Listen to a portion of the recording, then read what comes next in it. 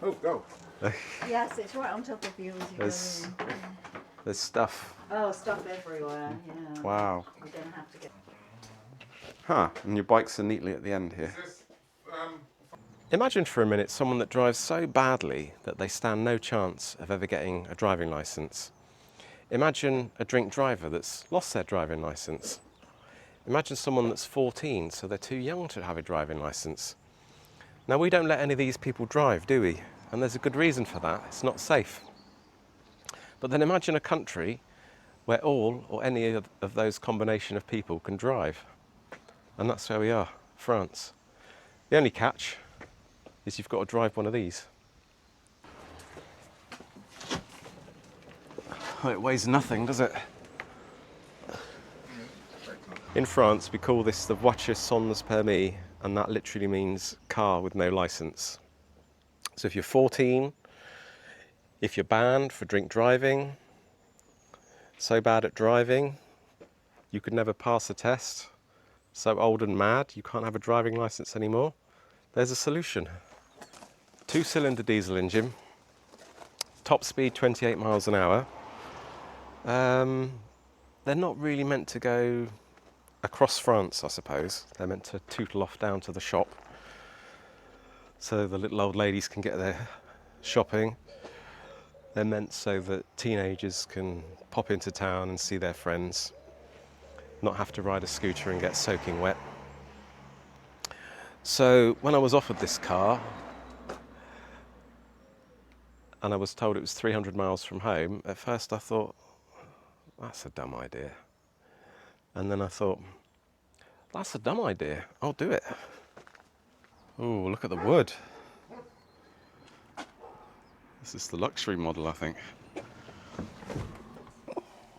Very musty inside, 63,000 kilometres. What have we got? No radio.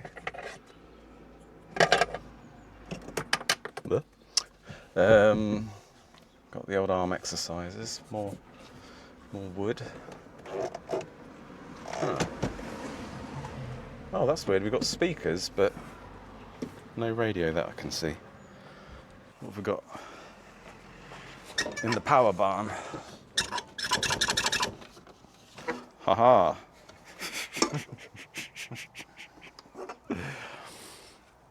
All right. This is a twin, I think.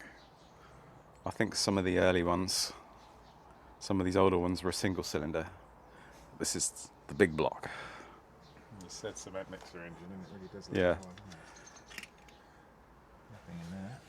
Nothing. Okay. Yeah. You see that belt?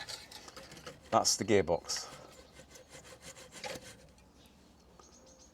New oil. The right colour.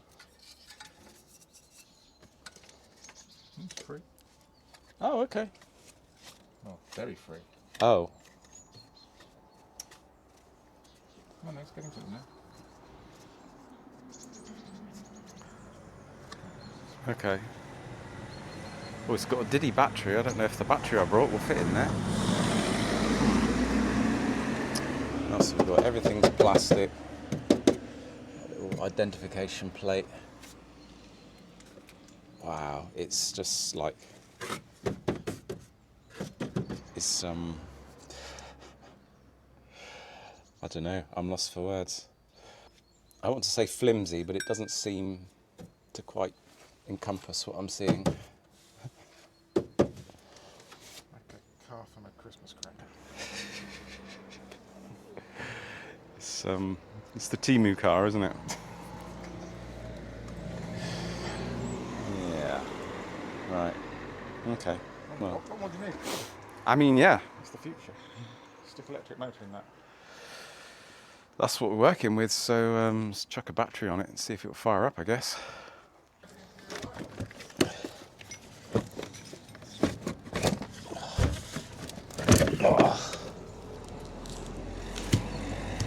And that is not going to fit in there in a million years, is it? Or is it? Oh, it isn't. Oh, hold on, here we go.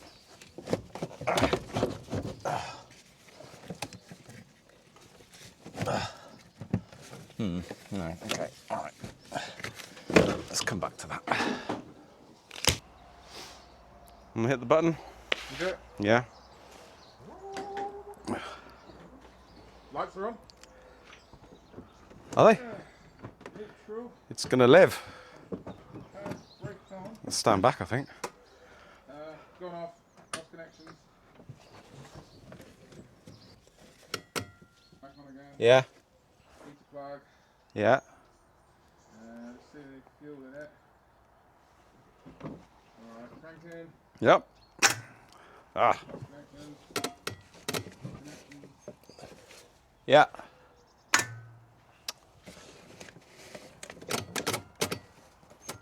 Hey again. The speedo goes up to 90, you say? Yeah. That's rather optimistic, I think. Okay, go on then. Nothing. Oh, Nothing. now. Drive. Yeah. Nothing.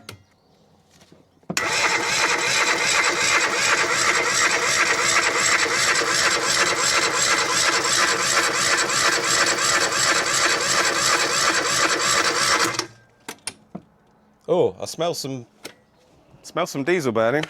Yeah? Yeah. Keep cranking?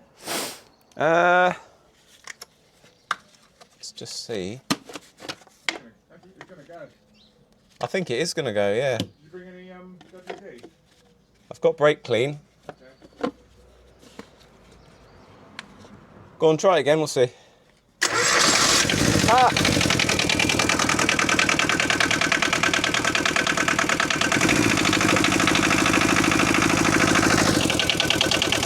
Runs like a watch. Huh? No. Just pull it into gear and see what happens.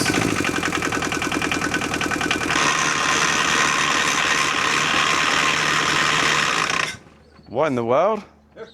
Something's bad. I couldn't get it out of gear. What the hell was that? I don't know. I can't get out. Oh, it's out of gear now. Move, wiggle the gear stick. That's, well, I don't know which way around it is. AV, what would that be? AV will be advance. And AR? Arrière.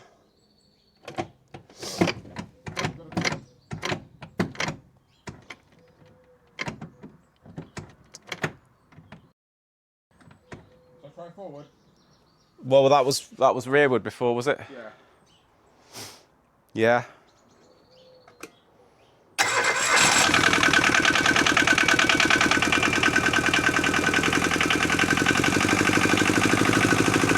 Yeah. Sweet. Yeah, go on then. Let's try reverse again. Oh, okay. Doesn't like reverse, does it? Okay. We've got reverse now. Has the charge light gone off? Everything went out. Fuel? No fuel. Lights?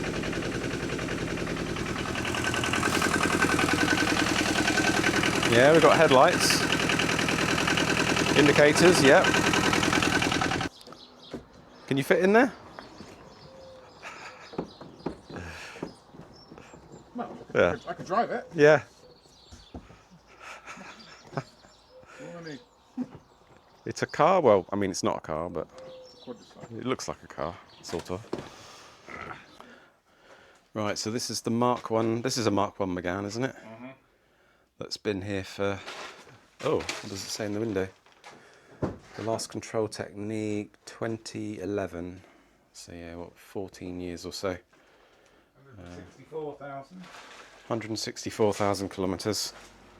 It's a 2.2 diesel, I think.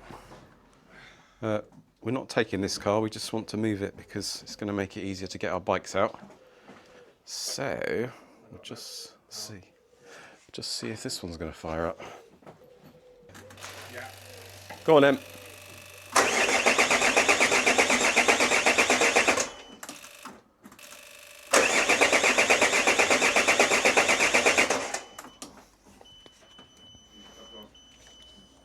All right. Does, doesn't it?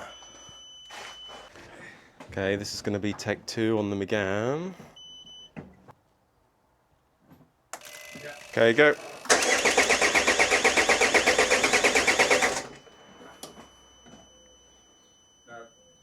That's some old diesel right there to add to the old diesel. That's what it's used to.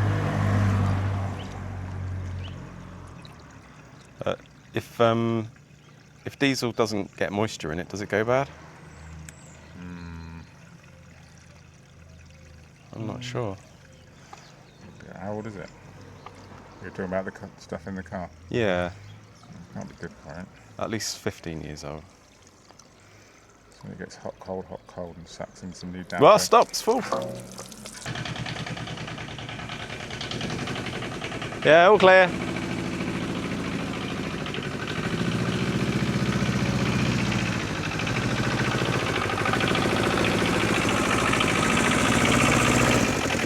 Brake pedal? Yeah. Sweet.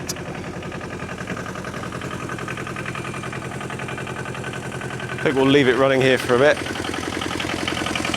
And I might change the oil as well. It's very over full. So yeah, leave that running, come back to it in a bit.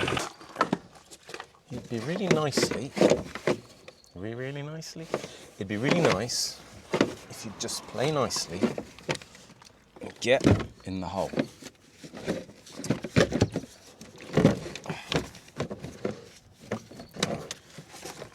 I know it's a tight fit, but it's just close enough where you think it should go.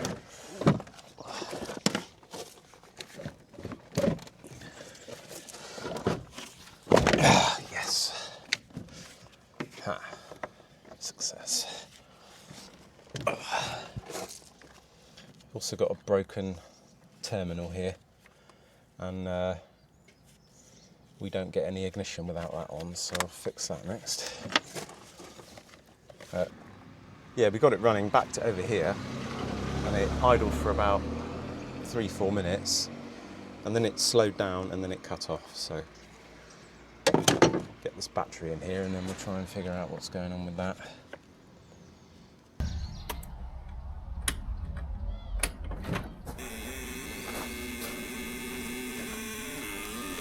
Pardon? What kind of a noise was that?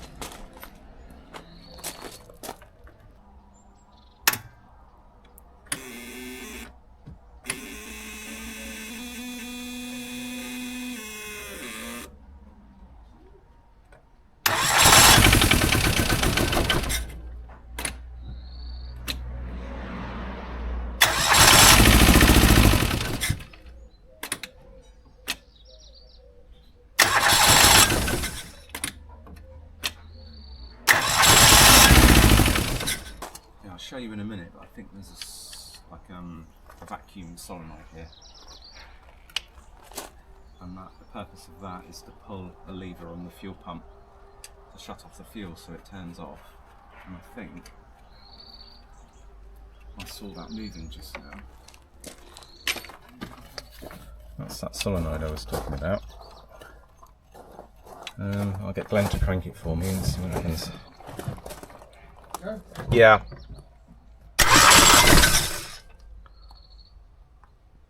Yeah, again.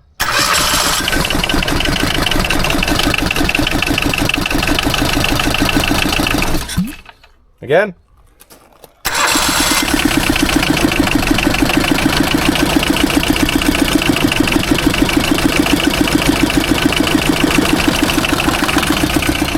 Will it rev? Oh, it's lost the cylinder. Both of the exhausts are sort of feel about the same. Go on, try again.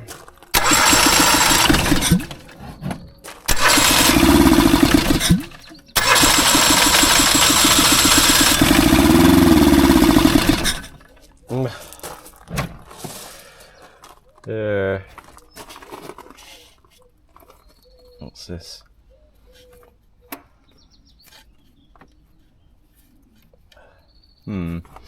Maybe get this out of the way and try and see what's going on under there. So the issue we're having is we've got no fuel coming up. This is the pipe that comes from the pump. You can't see it, but it's here on the back of the engine.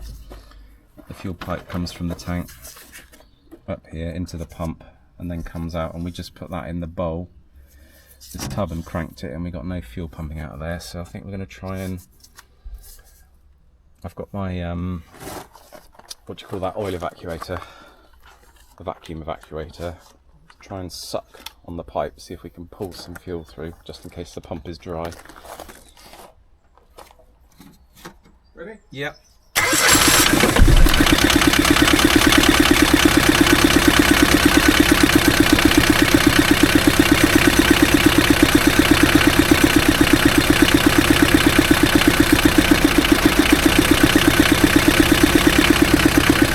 How the engine's running because there's no fuel supply to it.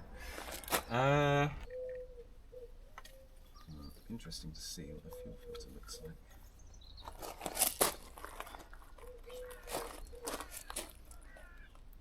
Quite clean actually. Maybe some sediment in the bottom to take out, but it smells weird though. Doesn't smell like diesel at all. Don't know how to describe it. Not horrendous, just odd. Right, this is where we're at. A little lift pump. Back of the engine. That's a little diaphragm pump that sucks fuel from the tank and brings it up to the main injection pump. That seems to be dead. Not pumping any fuel. Can't suck any fuel through it. Can't get it off either because it's the gearbox is in the way for getting it out. I've had the fuel filter off, given it a quick clean out. Doesn't seem to be any water in it, but the diesel smells really weird. So hopefully it still burns okay. Luckily I brought one of these little Chinese clicky clacky pumps with me. So I'm going to put some power to that with my power probe and prove it works. And if it's all good, then we can get some permanent power to it, and that should be sorted for fuel pump worries.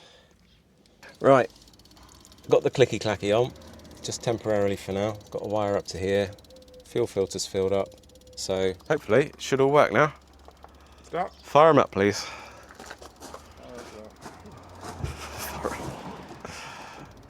Go. Yeah.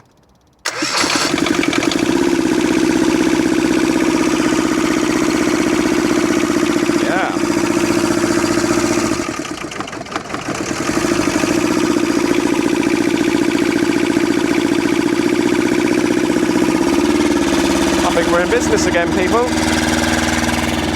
I'll let it run for a bit. Tidy up the wiring to the fuel pump. Put some cable ties on there to make it proper. And yeah, really be ready for a test drive at that point, I think. Time for a test drive. Okay, so you have to push forward to get forward for forward. I suppose that makes sense. Clonk. Tell me the brakes are sticking on now, are they?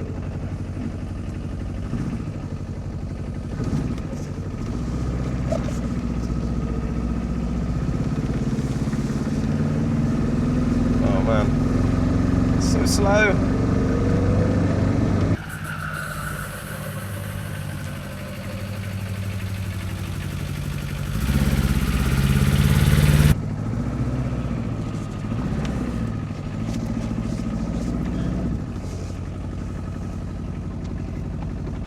Oh my gosh.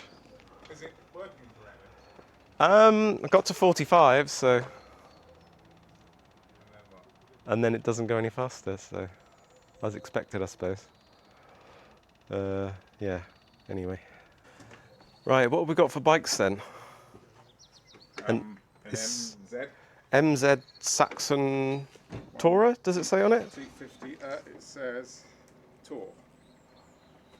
Just the one. It's got, okay, it's a chain drive, but it's got covers over it, which is quite neat. That one is nice. That's a 250 V-twin, I guess. Well, I can see it's a V-twin, but I think it's a 250. And this was last on the road. Last inspection. Sorry, no, that's the last insurance, 2010. And a Honda Custom. That's pretty.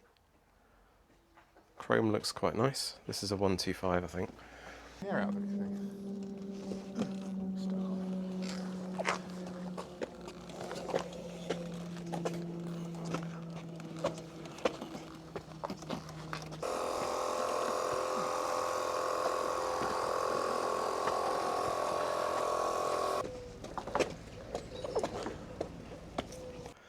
Well, it's going to take me 2 minutes to give it a quick oil change, and I brought an oil filter with me. Hopefully it's the right one, so I think I might as well do that. What will concern me is if the fuel pump was bad. It could be that some diesel siphoned down into the sump, and that could be why the oil level is, the maximum's here, and I know it's on a slope, but it's way up there. So the good old Succomatic 5000 should be able to empty it out in no time. What else is there to do under here? I tightened up the fan belt a bit. The coolant is looking okay. Took a little bit of that. There's no overflow tank. Brake fluid. Yep, pretty much full. Yeah, I've got the wire that's the fuel pump wire, it's just cable tied on. And when I put the negative on, the fuel pump goes, and then we get going. That apparently is all they take, about 2 litres. What have I got here? This is a 4 litre container, I think, so I'll put in about 2. And I'll check it again when we stop for lunch, when it's level, I guess. It is so funny leaning under here looking at this engine.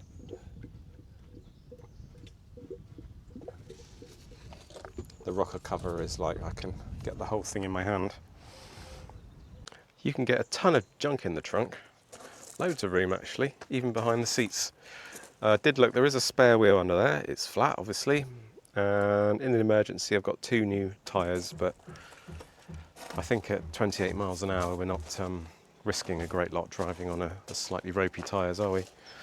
So yes, just tidy up a bit, hit the road, maybe put it into the car wash. Yeah, see how we go. We're going to have a little competition. How much fuel will this car use to get home? 400 cc's, it weighs about 350 kilos probably, and the fuel tank is plumb full. I want you to put your guesses in the comments section. The winner will be the first one to get it to within the nearest tenth of a litre, so you'll need to guess like 6.5, 10.9, whatever it is, something like that. And you could win a Roadtrip Revivals keyring, and I'll send it anywhere in Europe or the UK. Don't get too excited. It's my first giveaway, so I wanted to make sure it was a good one. Everything you see is plastic. And there's sort of a box, space frame, bit of chassis, subframe at the bottom there. So it's basically like a racing car, very light, plastic exterior, space frame chassis. That belt you see there, that's the gearbox. It has, this is obviously the engine, flywheel. This pulley obviously drives the belt back to here.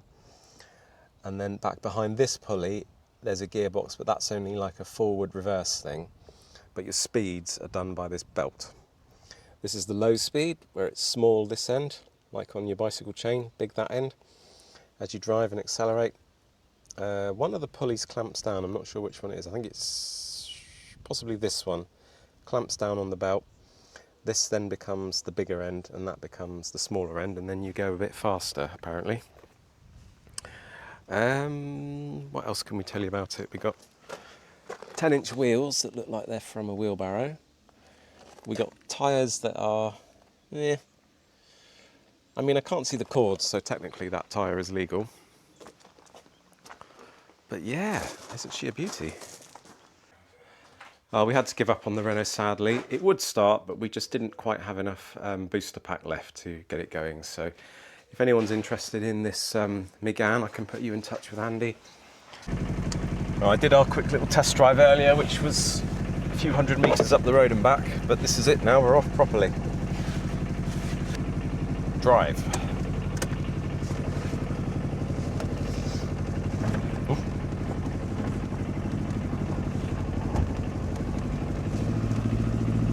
Okay, we're off apparently.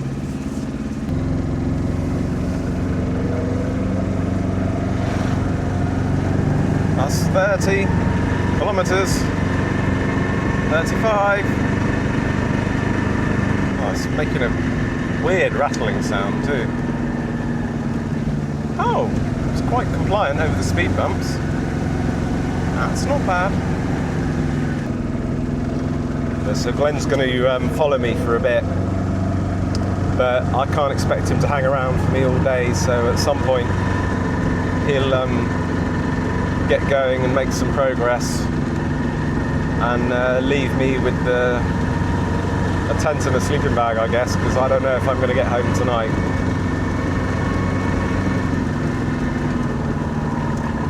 I've put, obviously, avoid the toll roads, but I've put to avoid all the dual carriageways as well. So I'm just going to be winding down the back roads and the country lanes all day.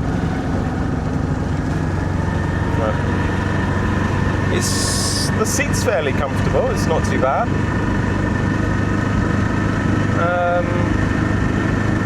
The ride's okay. It's just the noise is quite upsetting. I've got a wiper here. I need to buy some wet wipes to give the windscreen a clean as well. Here we are, we're on our way. Oh, it's going 55 kilometres now. That's not so bad. It sounds awful though. I don't know if that's coming through on the microphone. It's like, not just the thumping of that little diesel engine, like this weird clattering as well going on. Ugh. Foot to the floor now, we're going up a very slight incline and we're at 40. I'm going to give you kilometres an hour today, by the way, because that's all I've got on the speedo here. On the road again. Do do do do do do do. On the road again. Okay, well, we're cruising, 55 again.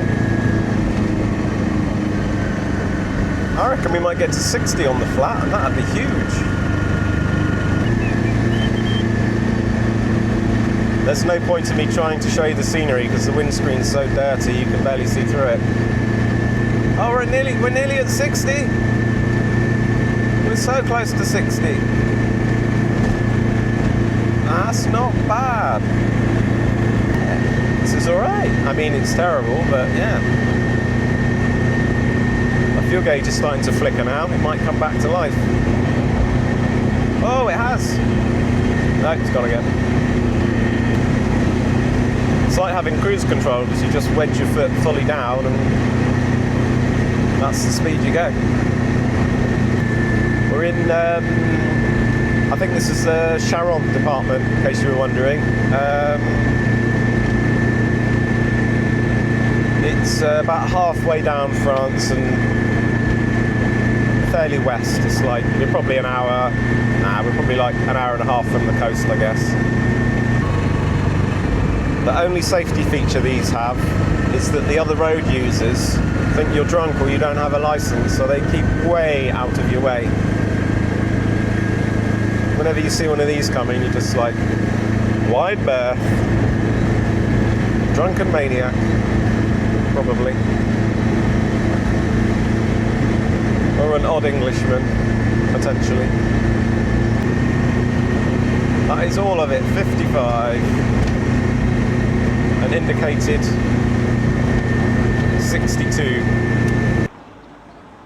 First drive done. I think I've got about 5 miles down, and we're going to do a lunch stop. No room at the inn for lunch, so we've got to carry on and find something else.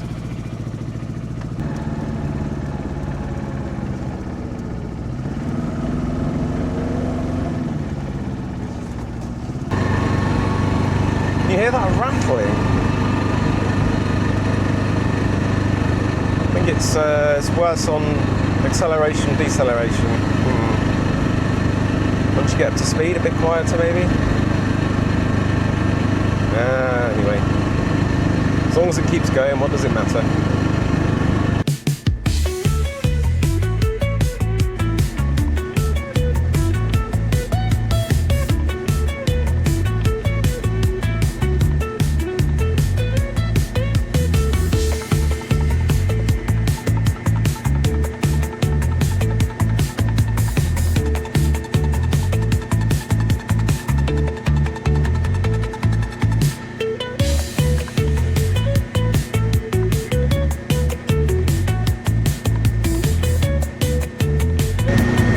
Handling test. Whoa.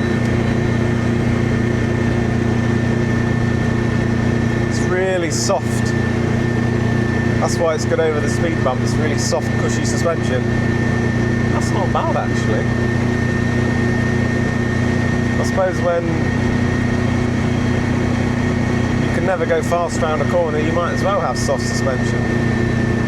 They still make these no license cars in France. I watched a programme on it on the French YouTube the other day, and apparently half of all the new ones that are sold go to 14, 15-year-olds. Their parents buy them for them, obviously, and they're not cheap. They're like 20,000 euros for a new or newish one. And I just can't imagine putting my son in one of these. I know the modern ones are a bit nicer, but basically the same principle, plastic bodywork, very, very little crash protection, just a rolling roadblock as well. I can't imagine putting my 14-year-old son in it and saying, there you are son, off you go, good luck, don't crash into anything because you'll be killed instantly. I didn't want to look them up before I left, but I have seen pictures. You can search for them obviously, when these things have been in a crash, and no, it's not pretty. I'd say it's probably worse than a scooter or something, because at least that you can sort of have a half chance of diving out the way. This thing will just be crushed up inside it like a bean can, not even a bean can, a Tupperware box. It's not so much going slow that's annoying, it's the noise. You get used to going slow. It's like walking or riding a push bike. That's just the speed you go. You know it'll take a long time and you'll get there when you get there. But it's just the fact that the engine's like having to rev its nuts off. And I don't feel like the engine would fail. I think those commercial engines, they run all sorts of industrial equipment, aren't they? They're designed to run flat out all day. The thing that worries me is that pulley system, because if that blows apart, I'm totally stuffed. I do have a spare belt, but I'm not sure it's the right length. And you sort of get that high-pitched clattering from it now and again. I didn't look into it if they need to be tweaked or adjusted or lubricated or anything, I don't know. Took a little while, but we found a nice lunch stop here in the middle of nowhere. And I just had a quick poke around under here and I found that fuel pump was getting really hot. And these aren't meant to suck particularly, and it was sort of up here.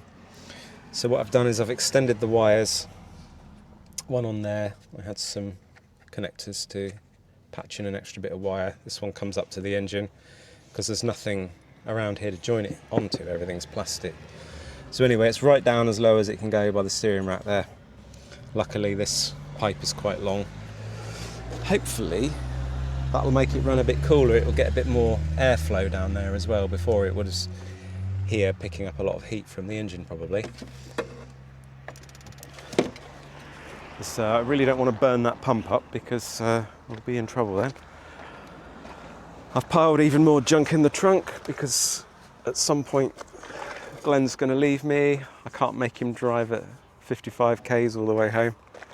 Well, I could, but do you want to do that? No, but I will come back if you break down and turn it off. Okay. Just gave my windscreen a clean as well, so I can film the scenery a bit for you.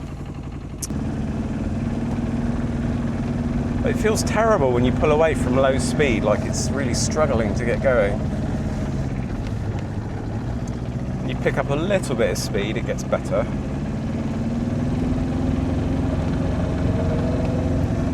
But it is, let's be honest, a crummy transmission system, isn't it? A belt like that. It's alright for a 50cc scooter, but oh, old two-door Rangy over there.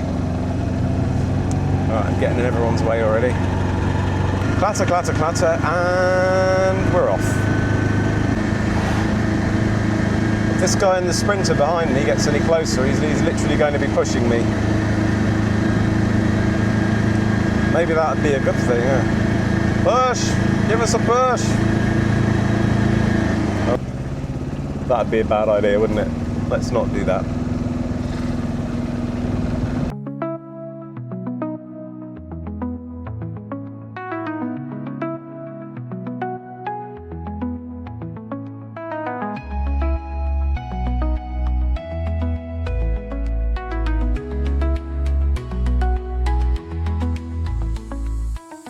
Left the lunch stop 5 minutes later.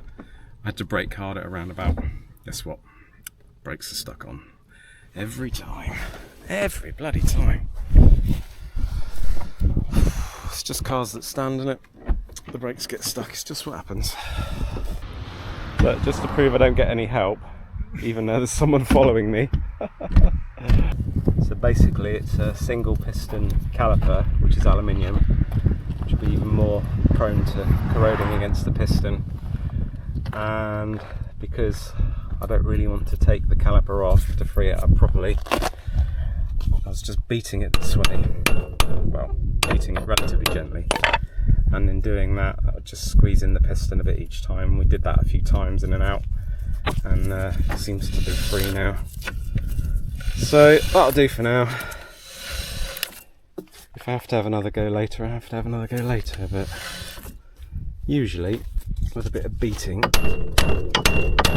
that's had a heat cycle as well, hopefully that'll free it up enough. But yeah, cars that stand, they get sticky brakes, don't they? That is just a fact of life, I'm afraid. And particularly when you've got an alloy caliper with a steel piston in it, that is going to seize up before anything else.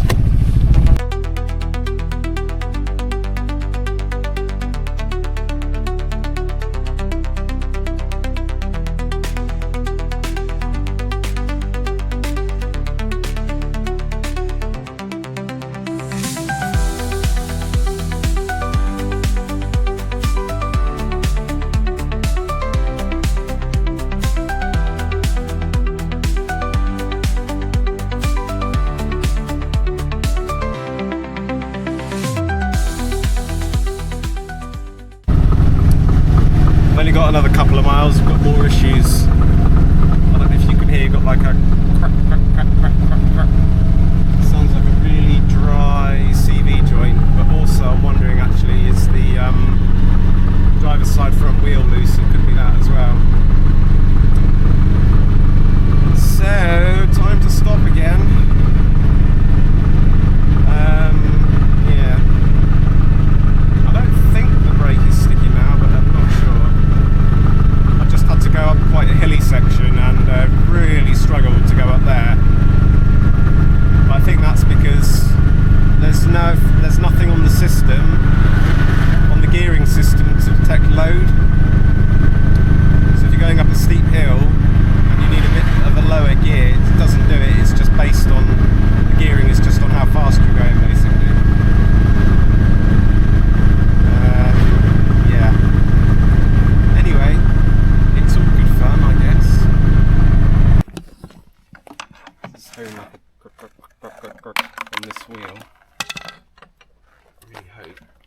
that's loose, but it isn't. What's that noise I'm hearing then? What kind of noise?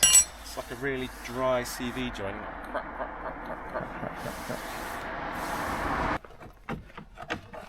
I was hoping it'd be a wheel. That one's not really loose. It's not tight either.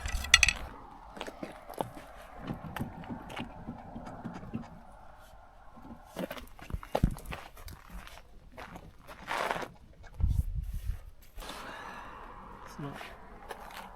Doesn't sound healthy. Did it come on suddenly, or did it gradually been getting worse? It's steadily been getting worse, but quite a bit worse just now.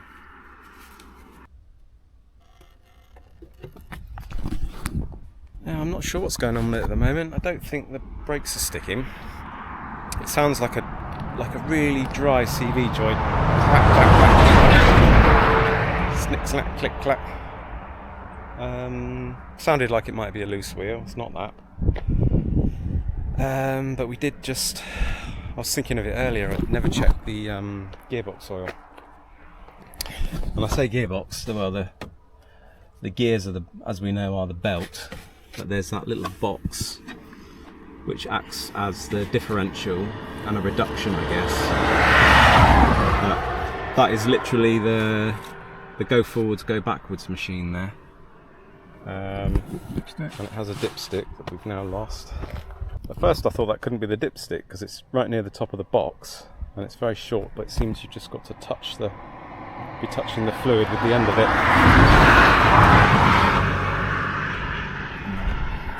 It was definitely very low. All we've got is 1040 engine oil, which is not ideal, but certainly better than nothing. Right, it seems that was the dipstick according to ChatGPT, and this box they say takes about 1.1 litres. We put about 1.1 litres in it, so it was empty. Oops. We had to use a Brittany Ferries, what do you call that, the bit that stick to your wing mirror to make a funnel. Carry on and see how far we get this time. What a great car. Conforms to the usual standard at least, doesn't it?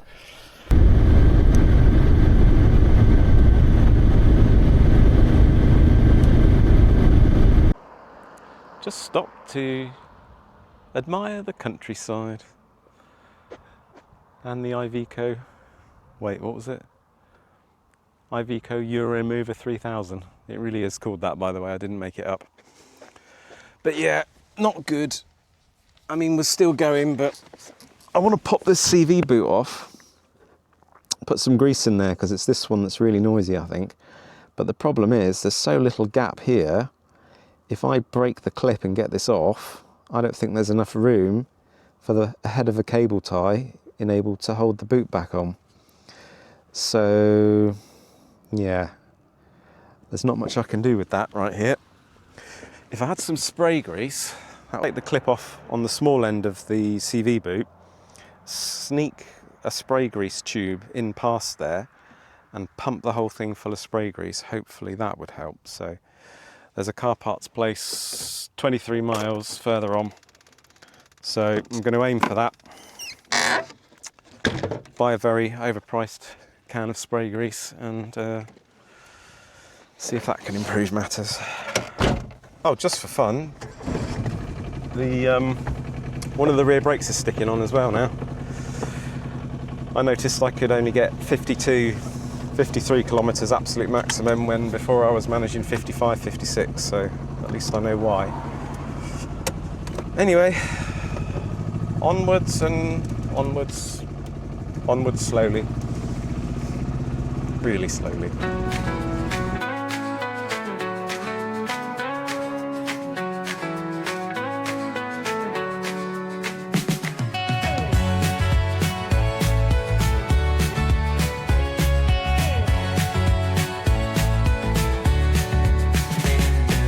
Neon hums like a subtle thrill.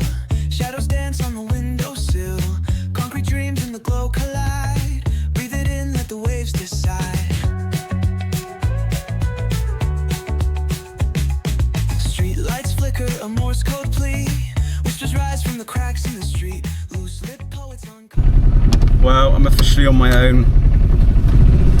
We found a little farm shop here actually where I thought I'd probably get some grease, and they had every type of spray grease imaginable except the sort of decent thick kind, you know, that's actually nice and thick and gloopy when it comes out. They just had like silicone greases. But what's weird is actually since I made that last stop, the drive shaft's not clunking and clicking now anymore, which is very weird. I guess maybe the grease that was in there was dry and now it's warmed up a bit, it's started working properly, I'm not sure. Anyway, microphone stopped working, so sorry if the sound's not great. Yeah, so I said to Glenn, you may as well just crack on and you can get home at a sensible time at least. Oh, and I overtook somebody. No, honestly I did. Yeah, he was a tractor, alright. A very old tractor at that, but I screamed past him. And a van that was towing a trailer of logs. I should have filmed it really, because I know you don't believe me. What are we on now? 20 past 5, we're doing pretty good. I gave up on the idea of going to the parts place because the noisy CV joint has cured itself completely. Yep, I don't know either. I thought about still stopping there, but I couldn't think of anything that I need really, so just keep on trucking. It's just over 200 miles now. A sort of a roundabout world. Every kilometre or two a roundabout. It's like that for a long way now, I think. And if there's no one around, it means you can... I was going to say you don't need to slow down too much on the roundabout, Seb. You're getting a bit of a lean on. But when you hit any sort of hill, it struggles. It really struggles. It does not like hills. I've sort of got used to all the weird clanks and rattles it makes. I've blocked up my ears, so if there's any new clanks or rattles, I won't hear them or worry about them. Fuel gauge is working-ish now. I'm not going to tell you what it says.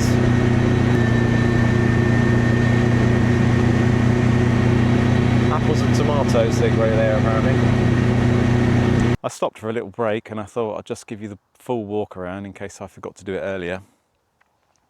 Try and convey to you, if you hadn't realised already, what a true turd this thing is. My gosh. You can't really convey how flimsy it is on camera, but just the shape of it too. What I came to realise is you can get stuff in it, but it's sort of a tall, narrow gap, and then you can't get to any other stuff when you need it. And these 10-inch wheels, I actually think they're trailer wheels. Yeah, it's got the twin, as if that's something to be proud of. But nonetheless, we've sort of gotten used to each other, and we're chugging along reasonably happy. And yeah, it does what it does. I didn't manage to get to the car wash after all. I think I might as well wait till I get home for that now, but we've got all sorts of nice things growing in here. It might clean up all right. It's just, you know, grubby, basically. But not particularly bashed. Until a couple of years ago, these cars, they didn't need an inspection, didn't need any MOT, so you can imagine what the status some of them running around were like. what the status some of the people running around in them were like too. They came about in the 50s, I think, this idea of a small car you could drive without a licence. And I think they had a few in Italy, and France were really the ones who pushed these. And it's a massive country, very rural, lots of isolated areas. I don't know, farmers, wives, women that were sort of widowed in the war and whatnot. And they needed a cheap way to get around. So that's how it came about, I think, and it's just continued to this day, which is quite hilarious when you think about it. I had my dinner, which was a packet of crisps. It's about 6 o'clock, is it? 6:30, and I reckon I've still got a solid 6 hours driving, so I could go for it and get in late tonight. That might be the plan. This crack here doesn't seem to be opening up anymore, and I still can't see cords, so it is very slightly misshapen. Got some what do you call that? Lichen, maybe. The other irritating thing, every time I stop, I have to lift the bonnet up and disconnect the fuel pump. But otherwise, what have we got? Nothing. I was going to say nothing leaking out. There is stuff leaking out. What's going on there? Need to have a look at that. Yeah, definitely losing quite a bit of gearbox oil, it seems like. So I think I'll ignore it for now. At some point before it gets dark, stop again, top it right up again with engine oil, obviously. And hopefully that'll get us home. But yeah, I suppose at least we realise then why there was no gearbox oil in there. Well, not much anyway.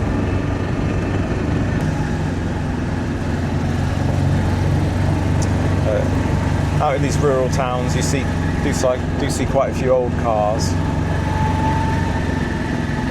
Always something to look at anyway. Another Golf there, look at that. Don't know if it picks up that rattling, but I've given up worrying about that. I think that's probably normal. They all do that, sir.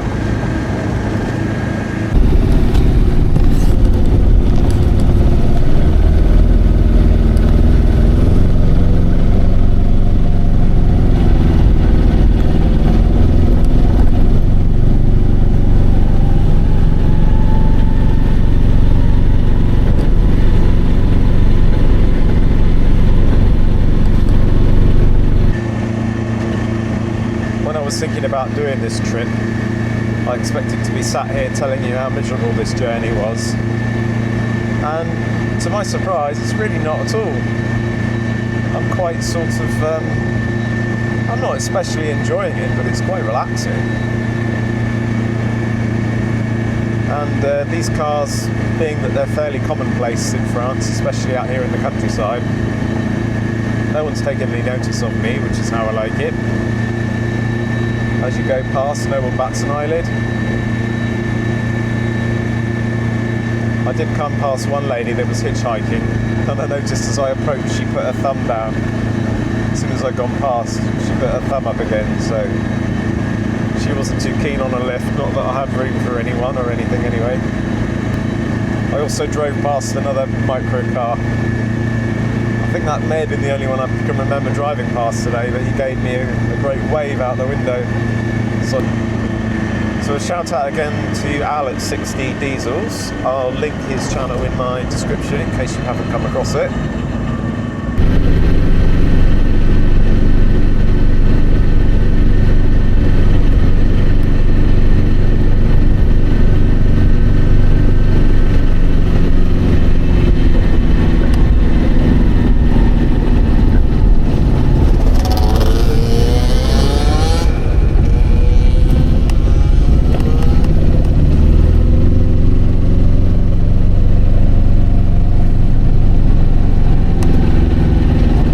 Can't believe I'm only halfway. I just stopped here and topped up the gearbox oil again.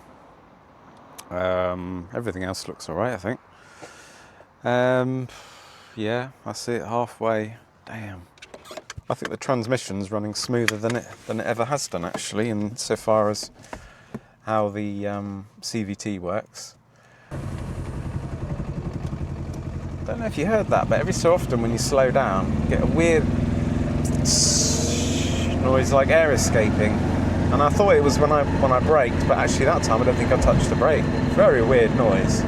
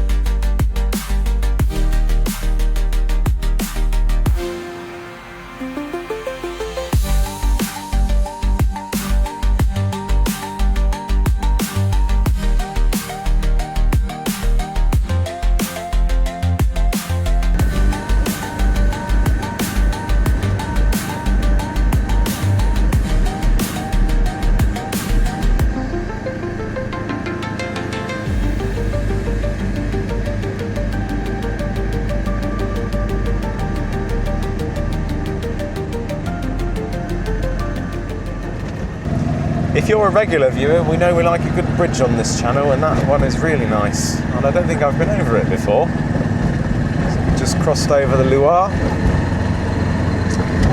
And that means not too long before we'll be back in Brittany. It's still a long way to go because Brittany's flipping massive. One brilliant thing about it is you can fly over speed bumps. The suspension's so soft, it soaks them up like it's nothing. And then when you throw it into a roundabout, the amount of body roll is just hilarious. It's on another level. It's almost probably like a 2CV. I have to laugh to myself when I come up to a town and the limit's 50. And you automatically think you should be easing off the gas a bit, but nope, just keep it pinned. 50 all the way. Oh, the miles go down slowly, really slowly. But as long as they keep going down, then you get there in the end, don't you? That's the theory. I was just thinking about how much smoother the car drives now compared to when I picked it up. And when the tyres have sat half flat for 15 years, they become flat spotted. That's to say, the bit that's been sat on the ground. The rubber is distorted and the tyre's ruined, of course. And it doesn't roll, it's not a circle anymore, it doesn't roll nicely. But that said, actually when you put a few hundred miles on them, they start to pretty much round up again. They're never perfect again, but they do get more round, so they're a lot better. Getting very close to home now, but that does also mean that the hills are getting steeper and steeper, and we are struggling on the hills. Well, I made it back very late and very tired, but she did quite well, didn't she? I think this car deserves to live, so in a future video we'll fix a few things on it. I don't know if the engine or the gearbox is leaking more, but there's a fair big puddle of oil under it right now. There's more road trip revivals on the way. If this one was ridiculous, the next one is sublime, and that is coming up shortly. See you soon.